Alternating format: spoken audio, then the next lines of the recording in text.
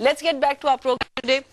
मेरे जो आज के गेस्ट हैं उनका भी लोग फिल्म से है और वो फिल्में बनाते हैं। He is one of Pakistan top most film directors. बहुत सारे हिट्स उनके नाम पे हैं और स्पेशली एक मूवी थी चूड़ियां, अगर आप लोगों को याद हो।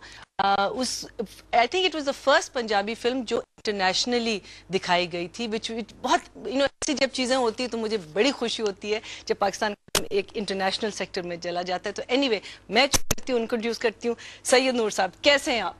बहुत अच्छा हूँ जी, थैंक यू वेरी मच। ठीक ठाक। सॉरी आपको सुबह जगा दिया। 1 घंटा पहले आज हमने इनको जगा दिया था। नहीं बहुत अच्छा लगा।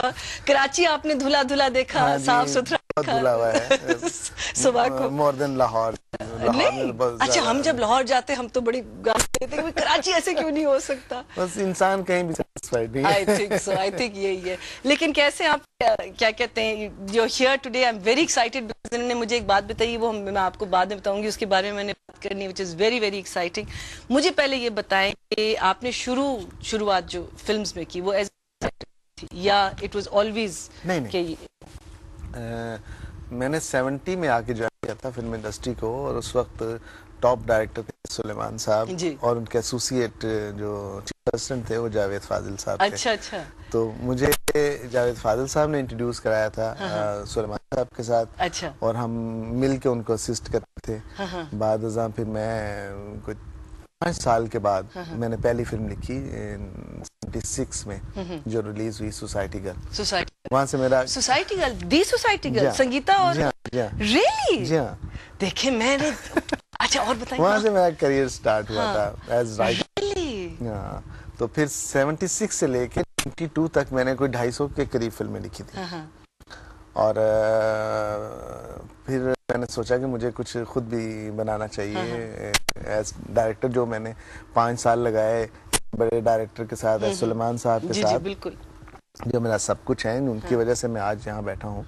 तो फिर मैंने अपना डायरेक्शन शुरू की और पहली फिल्म कसम और सेकंड सरगम और जीवा जी, जहाँ से मेरा फिर करियर जो है वो स्टार्ट होता है एज डायरेक्टर। एक्सीलेंट। अच्छा, आई डिडंट नो सोसाइटी। और कौन कौन सी फिल्में आपने लिखी? मेरी सोसाइटी गर्ल के बाद इश्क फिल्म, मैडम शिंगमारा की सारी फिल्में, really? मिस सीरीज जो थी, फिर दहलीज, लाजवाब, तंग दिल, जितनी भी ये आप देखिए माने कि जितने भी टॉप डायरेक्टर थे सब मैं लिखता था। तो आप असिस्ट भी करते थे एंड लिखते थे या फिर आप बिल्कुल स्क्रिप्ट राइटिंग में चले गए? स्क्रिप्ट राइटिंग में चले गए। मैंने असिस्ट नहीं किया सुलेमान साहब को। फिर मैंने फिल्में लिखता चला गया। जितने भी उस वक्त के टॉप डायरेक्टर थे, जिनमें जान मोहम्मद आते हैं, मैडम शिंगमारा आती हैं, जावेद फाजिल साहब आते हैं, हैदर चौधरी साहब आते हैं, बहुत सारे जो उस वक्त परवेज मलिक साहब आते हैं, उनके लिए मैं लिखा करता था। तो आप एक ऐसे टाइप पे फिल्म इंडस्ट्री में आए थे जब मैं ये नहीं कह सकती कि हम लोग वी वर रॉकेटिंग अप, एक plateau we had reached, because I think उसके बाद एक सॉर्ट ऑफ नहीं 80s में जो है ना फिल्म इंडस्ट्री जो है बहुत बूम पे थी।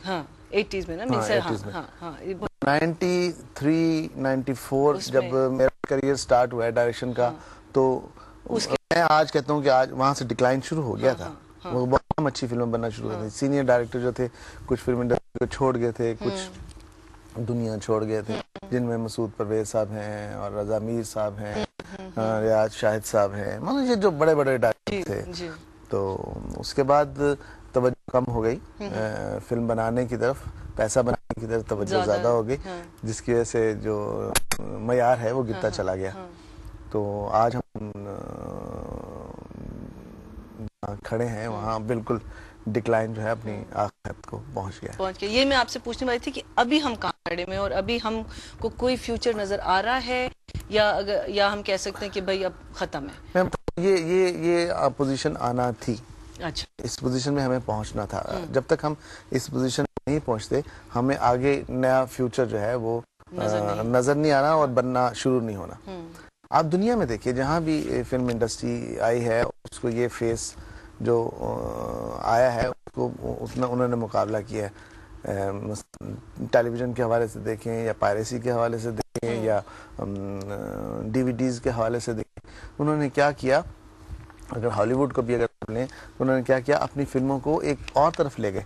उन्होंने ऐसा एक सिनेमा इंट्रोड्यूस करा दिया जिसको आप सिर्फ सिनेमा में जाके देख सकते हैं। उन्होंने सिनेमा कल्चर को बहुत इम्प्रूव कर दिया, बड़ा अच्छा कर दिया, जहाँ लोग जाना पसंद करते हैं। हमारे यहाँ ना सिनेमा बने, ना अच्छी फिल्में बनी, ना हमने यार बुलंद किया। इसलिए हमें ये आज का जो फेस कर रहे हैं हम ये प्रॉब्लम, ये रीजन।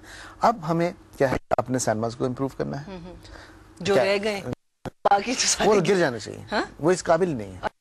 ये जो रह गए हैं हम सही नहीं कर सकते, सही हो ही नहीं सकते। सिनेमा कल्चर टोटल तब्दील हो गया है। अब मल्टीप्लेक्सेस आ गए हैं, उनका एनवायरनमेंट, वो छोटे छोटे सिनेमास, आप फूड कोर्ट हैं, आप शॉपिंग सेंटर्स हैं, आप शॉपिंग करें, खाना खाएं, सिनेमा जाएं, फिर आए शॉपिंग करें, एक एक्सपीरियंस बन अपनी फैमिली के साथ आए। तो अब खास तौर पे एक बहुत बड़े सिनेमा हॉल जाना, ट्रैफिक से निकल के और पूरा सिर्फ फिल्म देखने के लिए, तो इतना लोगों के पास मैं नहीं समझता वक्त है। तो हमें, लेकिन जब चूड़ियां तब लोग वक्त निकालते हैं। नहीं, अभी रिसेंटली मजाजन देखें, मजाजन जब लगी तो आप कह रहे हैं इट्स ईयर एंड हाफ, बिल्कुल 1 साल 2 महीने हो गए उस फिल्म चलते हुए। आज के दौर में जो एक ख्वाब लगता है कि हम 80s में बैठे हुए हैं जब फिल्में चला करती। तो ये बड़े अरसे के बाद हुआ है, और ये सिर्फ इसलिए हुआ है कि और कोई बेहतर फिल्म नहीं आई, जो मैं कहता हूँ। मैं नहीं समझता कि इसको इतना चलना चाहिए फिल्म को। आप खुद कह रहे हैं। मैं समझता हूँ कि ये अंधों में काना राजे वाली बात है। मैं बहुत ज्यादा अपने आप को प्रेरित नहीं करूंगा कि मैंने बड़ी अच्छी फिल्म बनाई है। ठीक है, बहुत अच्छी फिल्म, लोगों ने उसे बहुत पसंद किया है, लेकिन अकेले ही बना ली। अब बहुत सारे लोग ऐसी अच्छी फिल्में बनाते, उसमें से मैं अच्छी फिल्म बनाता तो फिर मैं प्राउड फील करता, फिर पता चलता कि कंपटीशन जरा टफ होना चाहिए, कोई काम है। तो इंशाल्लाह आगे मैं होपफुल हूँ।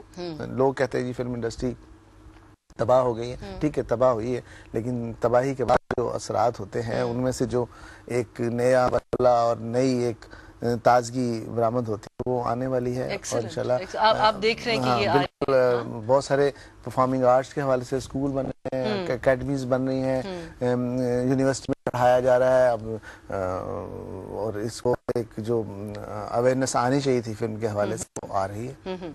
और आप भी कह रहे हैं, उस पर हम थोड़ा सा जरा सा बाद में, मैं सिर्फ ये आपसे पूछना चाहती हूँ कि आपने इसके बावजूद, बिकॉज जैसे हमने देखा कि हमारी फिल्म मार धाड़, और मुझे जो एक लॉजिकल चीज लगी कि औरतों के लिए हमने फिल्में बनाना छोड़ दी, और आपने एक पॉइंट देखा है, और आप हमेशा आई थिंक एक टॉपिक से चूज करते हैं विच टचेस द हार्ट।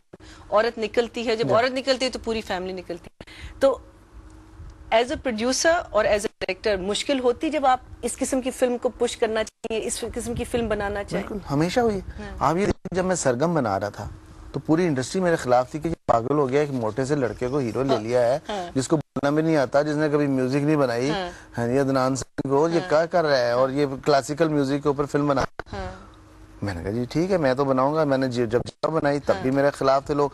इवन मेरे एक्टर्स जो थे फिल्म में जो काम कर रहे थे वो कह रहे थे कि पता नहीं ये क्या बना, क्योंकि वो डिफरेंट काम था।